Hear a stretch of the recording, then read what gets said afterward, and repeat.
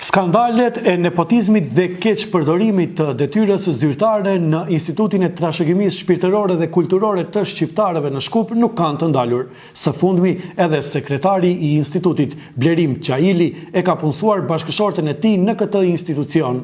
Sipas informatave dhe dokumenteve që ka siguruar Ora 24.tv, sekretari Qaili e ka transferuar bashkëshorten e tij në ITSHKSH nga Inspektorati Shtetëror për Pylltari dhe Gjueti. Nga instituti kërkuam qëndrim zyrtar lidhur me këtë veprim, duke pyetur konkretisht cilat janë arsyet e transferimit, pse pikërisht në kabinetin e sekretarit, a janë marrë parasysh konfliktet ligjore, pse pikërisht është punësuar bashkëshortja e sekretarit Blerim Qaili. Megjithatë, për momentin nuk kemi përgjigje konkrete nga instituti.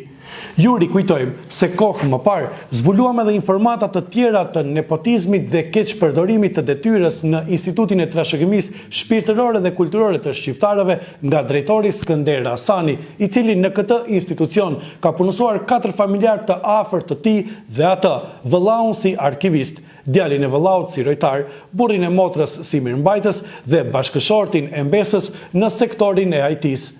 Po ashtu, publikuam edhe dëshmi të tjera se si drejtori Skënder Asani ka hapur edhe organizat jo qeveritare ku qëndron si kryetar dhe përmes kësaj organizate ai ka marrë fonde nga institucionet të tjera të shtetit. Për të gjitha këto, ka hapur lënd edhe Komisioni Shtetëror për Parandalimin e Korrupsionit, ose siç njihet, Komisioni për Antikorrupsion. Sot nga ky komision na thanë se vazhdojnë të hetojnë punën e drejtorit Skënder Asani dhe të institutit, ndërsa dinamika e hetimeve po ecë sipas gatishmërisë së institucioneve përkatëse, të cilat duhet t'japin informatat e duhura.